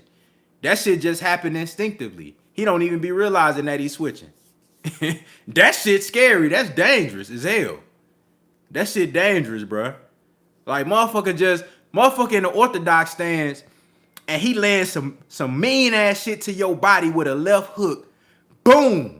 Now you like, shit, oh, I gotta cover that up. You take your eye off on him for a second. He done switched southpaw. Now you trying to find out, oh shit. Cause depending on the stance that a fighter is in, it's certain punches that you are anticipating. So if somebody is in an orthodox stance, you're not necessarily anticipating a right hook or a lead right hook. You might get a lead right hand, a straight right, or you might get a looping overhand right, the type of shit that Floyd used to throw. You know what I'm saying? Floyd to throw them sneaky ass overhand rights. But you're not expecting a close, crisp, short right hook because a motherfucker's in the orthodox position. So you're not necessarily expecting that particular punch. But if somebody is able to hit you with a left hook from orthodox, then come right back, switch to southpaw, fluid as fuck, where you didn't even notice that he switched, and then now you got a short, crisp, hard right hook coming at your head. That's dangerous. I haven't really seen Terence Crawford do that before, but it hadn't been necessary for him. Like I said, with Boots, I think that shit he do it's just a little bit different. You know what I'm saying? But I still consider Terence Crawford a switch hitter, though. I consider him a switch hitter because not everybody can do what Terence Crawford do. He is able to fight effectively out of the orthodox stance. Now, one could argue, well, is that his most dangerous stance? Is that where he gets most of his knockouts? Is that where he's most effective? Is that where he's more powerful? I think one could argue that he's more effective in the southpaw stance. However, I've seen Terence Crawford fight in orthodox before, and he looked good doing it. And I've seen him in the southpaw stance. So I think you have to consider him a switch hitter because not everybody can do what he do. But what Jerron Boots Ennis do with the shit is a little bit different. You know what I'm saying? I think that's a little bit different. Shout out to my brother King Y in the building. What's good, man? Appreciate you for pulling up, family. What's good? Said, can my boy Bud get some respect for taking all the BS terms? That man showing he a dog. Well, Heartless, if those numbers are indeed accurate and this fight is really done, I will give Terrence Crawford all of the credit in the world. Now look, because remember I said he need to be on some Devin Haney shit if he really, I gotta touch something. If he really got that menacing energy like that, he need to be on that type of shit. However, I'm gonna give him his credit. But I think this is a fight that gotta be made. So, I expect him to do whatever it takes to get the deal done. I expect that of him. I expect that of Terrence Crawford. So, if it's true that he taking a 65-35, and I read that there's a rematch clause. Now, I read that there's a two-way rematch clause, but I'm hearing other people report that there is. So, said, what are the terms? Okay, so this is what I'm seeing. Now, I can't confirm any of this. So, I read on the ESPN article that they posted that it's supposed to be a two-way rematch clause, and the winner of the fight is going to be the A side in the rematch. So the winner of the fight in the rematch, if it's exercised by the loser, then that winner would get the lion's share of the purse in the rematch. That's what I'm reading. But I also saw from other people posting saying that there's a one-way rematch clause if Errol Spence wins. And if Errol Spence if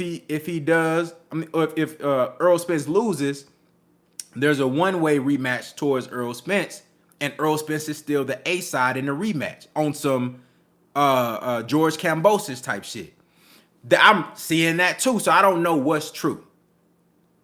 One report seems as if it's 50-50, and then there's a two-way rematch clause, and then one report says it's in favor of Errol Spence for the purse, and then the rematch is also only one way. So I don't know what the official terms are, but I'm seeing some different stuff out there. So hopefully all that shit is taken care of in the next few days. Said rumors he don't get no guaranteed money. I saw that too, Heartless. I don't know how true that is though.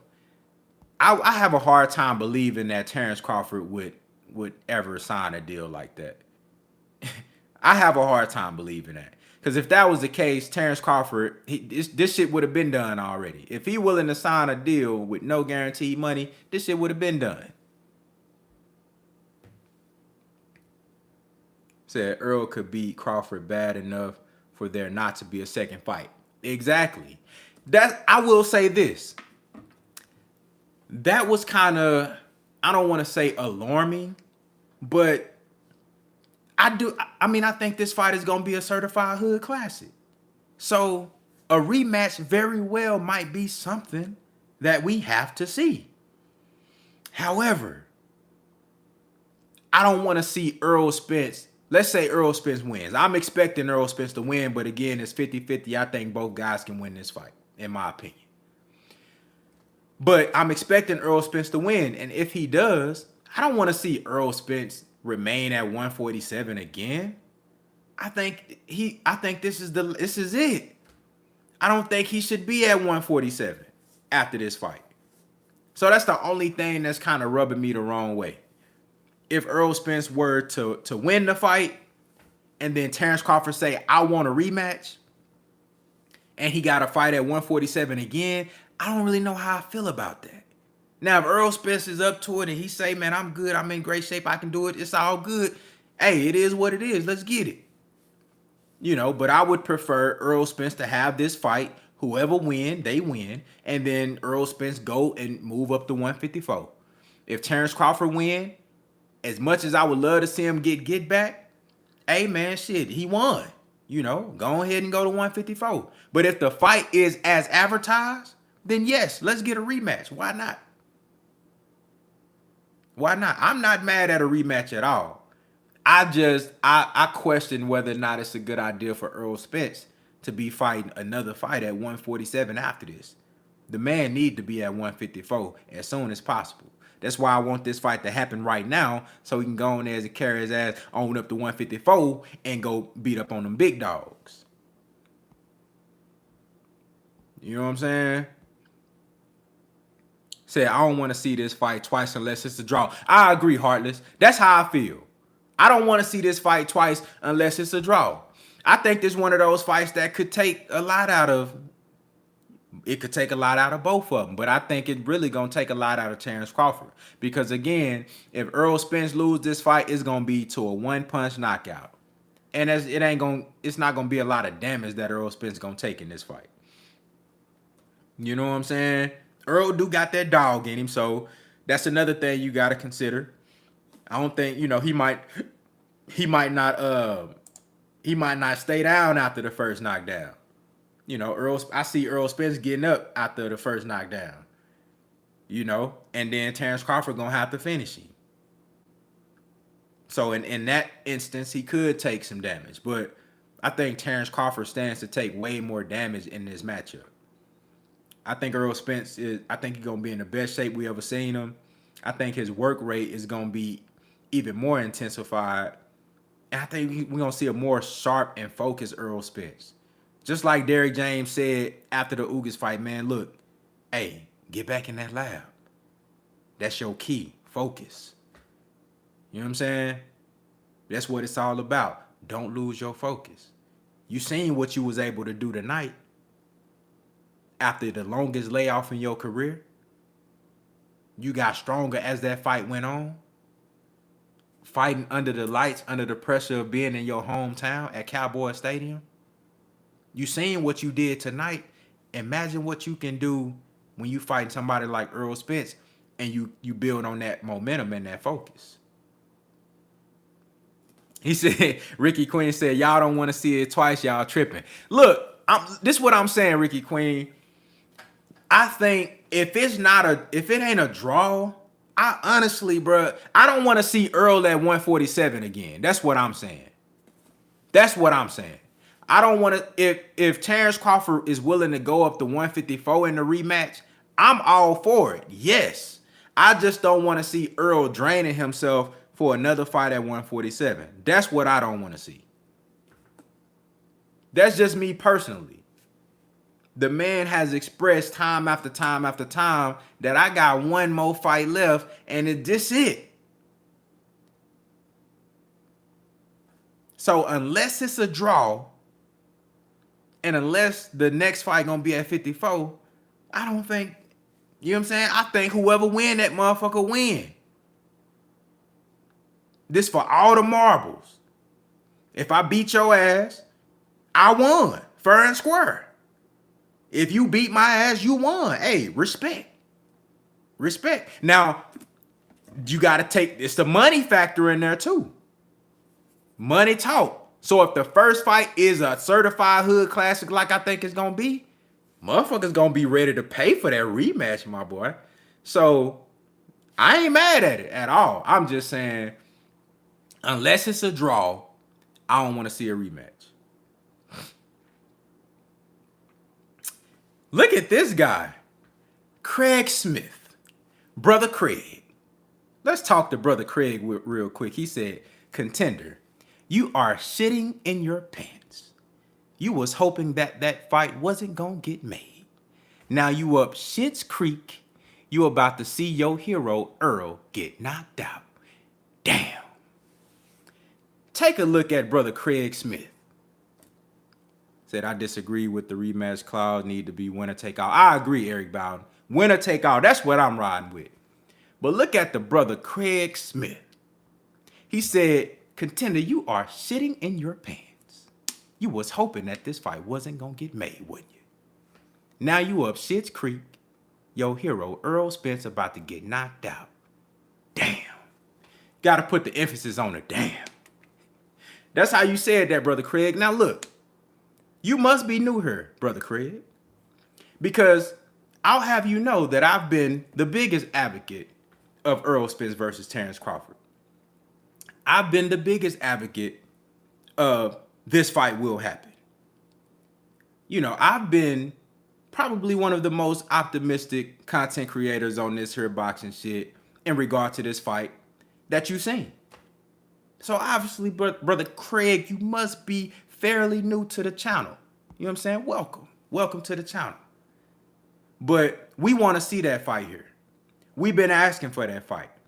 As a matter of fact, on the contrary, guys like you who claim to be Terence Crawford fans when you're really not, you just an ERROL Spence detractor, you the one who didn't want to see this fight happen.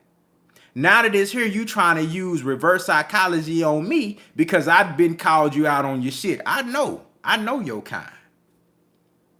I know your kind. Shitting in your pants. I know your kind, Craig Smith. You trying to use reverse psychology on me and it ain't gonna work. You gonna change your name if after ERROL Spence whooped Terence Crawford ass, your name ain't gonna be Craig Smith on here no more. You gonna change your shit to something totally different. You gonna change your name to Johnny Bubbles. You gonna change your name to some random shit where I ain't gonna be able to recognize you. What I need you to do, Craig Smith, please, on your YouTube channel, make a video with your face. Just how you can see my face. Make a video with your face and say that you picking Terence Crawford to win and say all this shit that you saying in these comments. So that way we can hold you accountable when he get his ass whooped. That's what I want you to do. Brother Craig, I want you to make a YouTube. You already got a channel, obviously, because you on here commenting. Upload a video and then send it to my Instagram, Contender Regime Boxing on Instagram. Send it to my Instagram. I'm going to take the link to your video and post it in our community tab here on Contender Regime Boxing on YouTube. And it's going to be a bookmark. And I want you to say everything that you got to say in these her comments. I didn't want to see the fight, which is totally the exact opposite of what I've been preaching here on Contender Regime Boxing, because we preach undisputed. We want to see one face, one name, one champion. We want to see the best fight the best, and we want to see, goddamn me, we want to see who really got that dog in it. And here in Texas, we believe in our guy. We support Errol the True Spence Jr. 110%. Emphasis on the 10. We believe in our guy. And my channel gonna be up win, lose, or draw.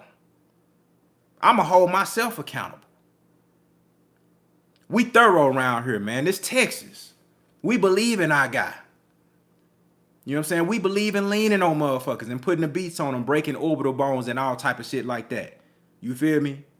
Have you in the locker room with your girl, rubbing on your eyes, and you over there like, we believe in that type of shit. Yeah.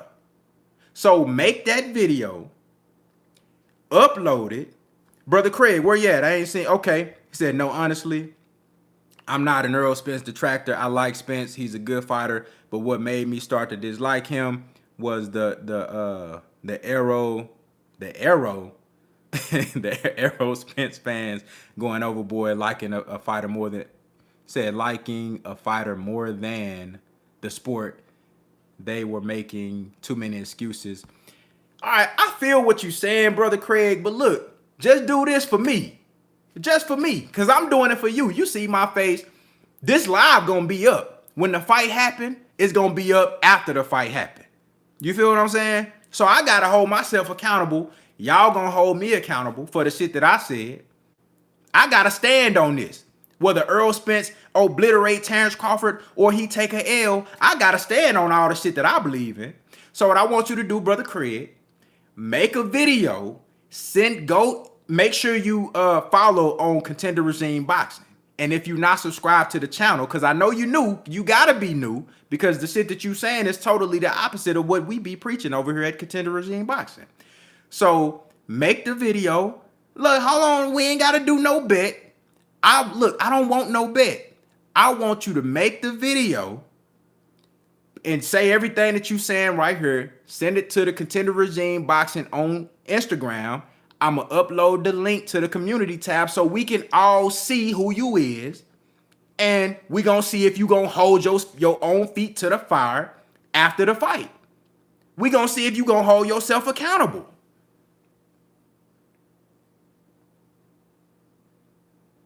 Cause I'm telling you what's gonna happen in the fight. And I gotta stand on that. You telling me what you think gonna happen, but shit, after the fight, you gonna have you gonna have a whole nother avatar. You gonna have a whole nother name. Your name gonna be Johnny Bubbles. Motherfucker gonna be like, Johnny Bubbles, who the fuck is that? I ain't never seen him in the chat. Motherfucker gonna have a avatar of a goddamn anime character or something. Some totally different shit. Never seen it before in my life. We gonna be like, who is that? Whole time it's Gregory Smith. Craig Smith, whole time he got 2-3 different channels with different names and different avatars. So we can't hold you accountable. So Craig, do that for me, man. I appreciate you. I appreciate you. Shout out to the OG Mr. Munt back in that super chat, coming through and showing major love. He said, so I'm assuming Brother Craig hasn't noticed the Bud Crawford fans who do the same thing. Did you notice those guys, Brother Craig? Answer the brother question. Answer the OG question, Brother Craig. Did you notice those guys too? He ain't gonna answer you though. I just want that video. That's all I want. I just want you to make that video. You know what I'm saying? See, we got some thorough guys over here, man. We hold ourselves accountable over here. You know what I'm saying? We hold ourselves accountable. We stand on what we say. We stand on that.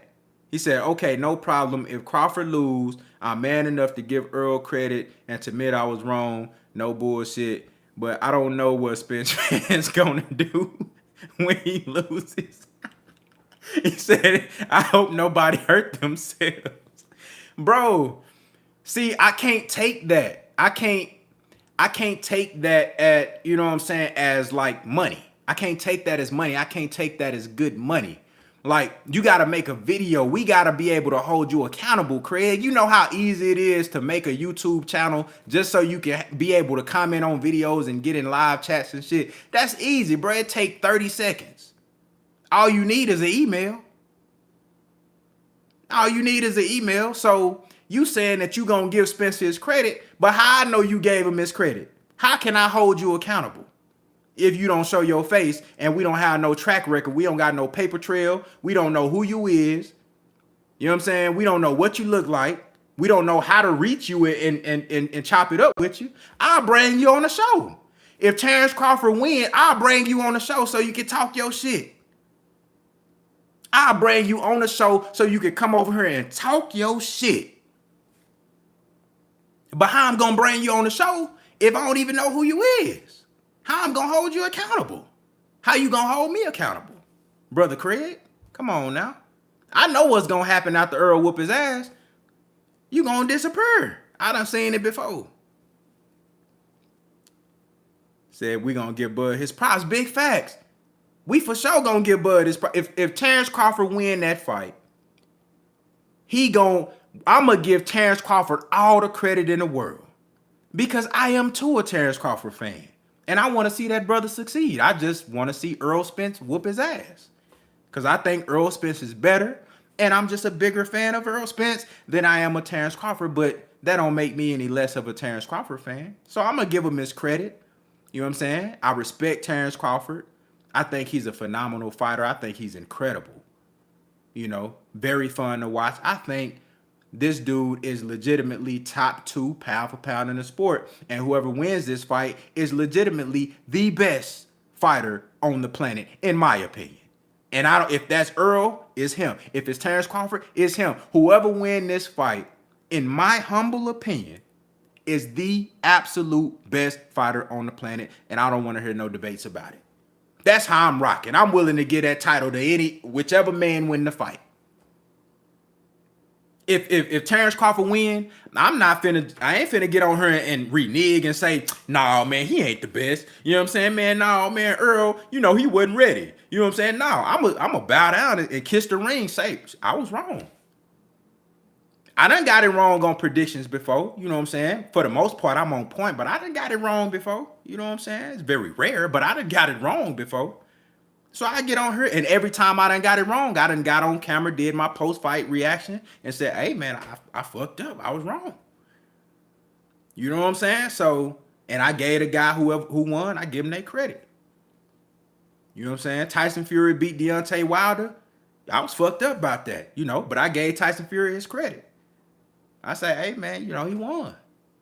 You know what I'm saying? It is what it is.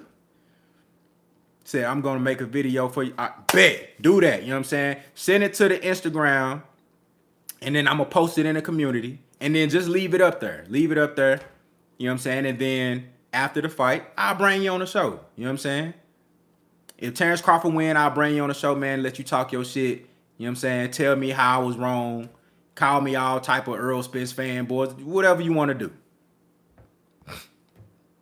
He said, Bud by first round KO. It's possible.